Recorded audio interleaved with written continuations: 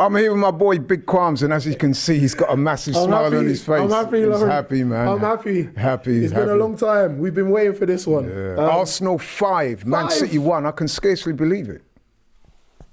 Speechless. I don't even know. Speechless, dumbfounded. It's been a long time coming for this one.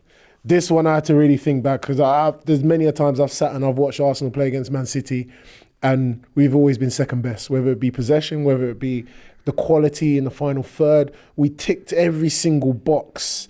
That there, when they say hang it in the Louvre, sorry for my pronunciation, or the Louvre, hang it in Hale-End. Today was a moment where you hang it in Hale-End and you send a message to those young boys and you say, this is what you can become. Yeah? You can take it and take the opportunity. I said last week about Wanyeri seizing the opportunity. Miles Lewis-Skelly, this is the next batch. We're already happy with Saka, but now we've got another set coming. Yeah. I'm so happy because they've done us so proud, man. So there's so much to unravel, unpack, as you say. What do you say again? When you're doing your LL Sports, you say not dissecting, but post-mortem of the game. Yeah. No, what you said there is true, man. I mean, coming into this game, let's be honest, man, it was a pressurised game. There's been a lot gone on from the previous game when we played them early in the season, a lot of talk.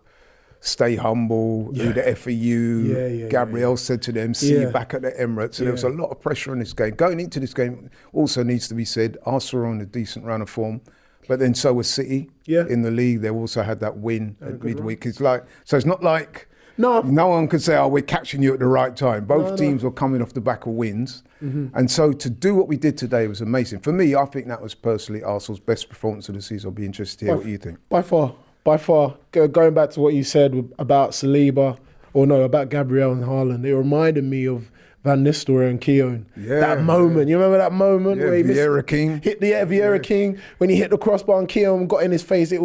It sent me so much joy, people. I am so happy. I'm so proud of them. But we still had a job to do. And Man City they're no easy team. Look, they're reigning champions. Yeah. So let's not disrespect them. It is a moment today. We're going to celebrate it, but let's not get carried away. Because I guess Haaland turned back to Gabriel and he pointed at his Premier League badge. He said, look, I got one of these already. So what have you Did he do that today? Yeah, he done it today. I missed that. Wow, that's interesting. When Gabriel was clapping him, Haaland, I think after Miles Skelly or Wanyeri scored, he just kind of pointed to the badge and he said, look, don't worry, man. We've got a Premier League. So that's fair enough. Fair enough, man. I mean, all's were in love and war, as they say. It is. But I mean, to do that, like I said, we said it in the live about it's a statement. And I've been waiting for this game. I've been waiting, whether it be Man City, a statement where we take that handbrake off and we just let loose and we just run a team ragged. And I watched a quality Man City side get defeated, and a lot of the rivals say, they didn't have Ruben Diaz, they didn't have KDB starting, Edison wasn't in goal. I do not care. That is Man City. They turn over teams for fun. Yeah. The fact that we have done that to them, like I said, I'm just saying it's redemption, it's revenge from that last game. The disrespect they showed our manager, our team. Yeah. Who are you? That's what Haaland said to Miles Lewis-Skelly. Who are you? The young boy took the ball, took the game with the scruff of his hand, and he showed everyone who he was. And I'm going to give you another one as well. I don't know if you remember a few years back, forget what year it was now exactly, I don't want to get this wrong, but this definitely happened. Go on. City come to the Emirates and they beat us quite comfortably. I don't think it was 2-1 or 3-1. And Kevin De Bruyne, in his post-match interview, people out there watching in the comments still will know. Let us know. Kevin De Bruyne, in his post-match interview, said that was one of the easiest Premier League games I've ever had. So to see us do that to them today, with people like Kevin De Bruyne in the team, listen, man, I'm made up. Bernardo Silva, how he should have been booked because he's always kicking, man. He's always that little guy who's kicking, man, all the time. No, it's true. I'll put him on my short man syndrome. Short man syndrome. He's a guy I want to clamp. That's one of the guys I'll put on my top 10 list alongside Rooney and Tevez and them, man. But Man City players have spoken so much about us, sometimes out of respect in terms of, it's just Arsenal. They haven't won anything, not that they don't take us serious, but, we're like the little brothers. Today, we showed them who's big brother. From back to front, David Raya and those saves were pivotal. I mean, the saves with his left hand, I think, it just got over or just touched the crossbar. It was very important. It was a turning moment in the game, in my opinion, because we was kind of letting City just come back into the game. And then obviously Haaland got his goal. Yeah. That's the thing I was disappointed. I was just talking to one of the fans out there because he said he was at the game and he was, I'm so disappointed with Saliba. And I said, yeah, as a defender, I get it because there's certain moments when you're waiting for the ball to be crossed on your shoulder.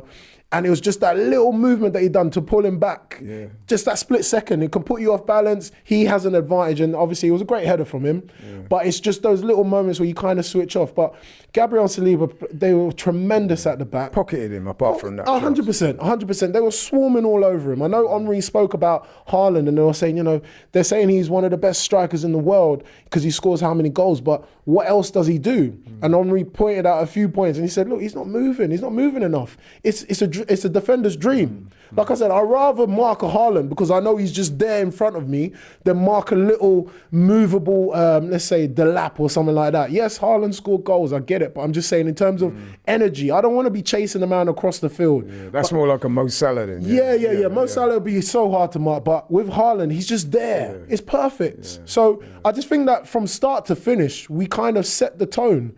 I mean, from first challenge, we just said, look, you're not coming here to do what you usually do. Yeah. The celebration for Miles. Oh, man. The celebration for Miles, it was beautiful. It was poetic. It was poetic. The amount of times, like I said, I've had Jesse Lingard, Rashford, Pogba, all of these men come to our yard and think that they can dance on our grave. No more of that. No more of that. So I think this was a big win. It wasn't just for Arsenal, it's for Arteta. I think the players played out of their skin for Arteta. Yeah, shout out to Mikel Arteta. I thought his tactics were spot on. And this is something that myself and you were talking about before the game. We were saying that the manager's job, with all the stuff that's gone on before the game, he needs to keep a lid on things and get the players to play with that passion that we want to see, but also to, not lose focus, not get carried away with the silly stuff. Yeah. So engage the enemy, but don't do it to the point whereby you're making silly mistakes. And they did that. I mean, a case in point. So, like you said, Saliba does a pick up and they get back in the game 1-1, but then we go on and kick on from there, we go to another level. Yeah, we do. That's the one thing I don't like is where we concede a goal and then it's like, oh, okay, we've just been hit by a jab. You know what I mean? It's like, okay, now we need to wake up. I want us to always be on the front foot because that's the sign of a title-winning team. Go for the juggernaut. But you got to kind of commend their response, I think about, going back to what you said about Arteta, 100%. He removed the emotion from it. The guys seemed a lot more calm and they channeled their energy into their challenges, into their movement. And I just think that big shout out to Partey. Oh, he was fantastic. There's a reason why they call him the octopus. He's cleaning it up. But no, really. Cut out the pass. Obviously, he got a nice goal for himself. But Declan Rice as well. I've called him Declan Rice for a reason. I've called him. You got to think about names, man. Yeah, I'm not expressions, but you know what I mean? It's just one of those things where I don't like people disrespecting our players. You got Grealish. Your impressions. Yeah. So, you got who is it? Jack Grealish. How much was he worth? What has he done? Has he lived up to that cost? Has he lived up to that price? He hasn't. How many players have lived up to 100 mil? None. The only one who I can say with my chest is Declan Rice, and he does it week in, week out for us. I'm so proud of him because that set he sprayed the ball for Wanyeri. 2 assists. Not easy to do. The 2 assists, one for Miles as well. It was beautiful. So I just think that midfield pocket was very, very important. And instead of us having Partey at right back, we had Partey in the central, and we just kind of fed off of that. So it was great. I think the substitutions were right. The selections, he chose Trossard. Look how well Trossard was playing like Overmars. Step over. Oh my gosh. So I know you said, I listened to your interview and you said, the team is man of the match. I completely understand that. I totally agree. You could pick any man in that team and you could justify, 100%. But Arteta definitely, he kind of took it in. He clapped. Didn't show too much emotion. He just clapped and just looked around the stadium. He said, you man don't believe in me. This is what I can deliver. No, it was great. And one of the things that I took from the game, I'd be interested to hear your thoughts on this, is that the performance, the result, the energy, the fans, it's just giving me that vibe now that we can really kick on from this. So I'm looking at the game in the midweek against Newcastle. I know it's a bit of a stretch. Some people are going to say, it's a different game. But seriously, what better way to go into the Newcastle game than off the back of smoking, let's be honest, beat Man City for fun today. So the confidence that will give the team, I honestly think that now I can see Arsenal going to Newcastle and getting something. If I'm a Liverpool, I'm just trying to think. If I'm a Liverpool players now, off the back, they lost, isn't it, on the weekend? I think they lost their game. Newcastle, Newcastle, they lost. They're looking at the In fact, sorry to interrupt, they've lost their last 2 home games. Which is unexpected from them because they were doing very well. It's kind of like a reverse because I think we was doing well leading into the Newcastle game. Then they obviously came back. Eddie Howe's job was on the line, blah, blah. Now you're looking at it and they're thinking, oh, shit, excuse my friends, but damn, we got Arsenal and they're playing like that. And we got a 2-goal cushion. What will everyone say? Now they're going to start like doubting themselves because they're like, if these lot get 1 goal, we could be in for it. And it's like I said, this game is all about momentum and confidence. Those are 2 things that we saw today. And it could swing our way 100%. All I ask, I'm not saying that we're going to go in and we're going to clean up Newcastle, but we have a good opportunity now. Our tails are high, our heads are up higher.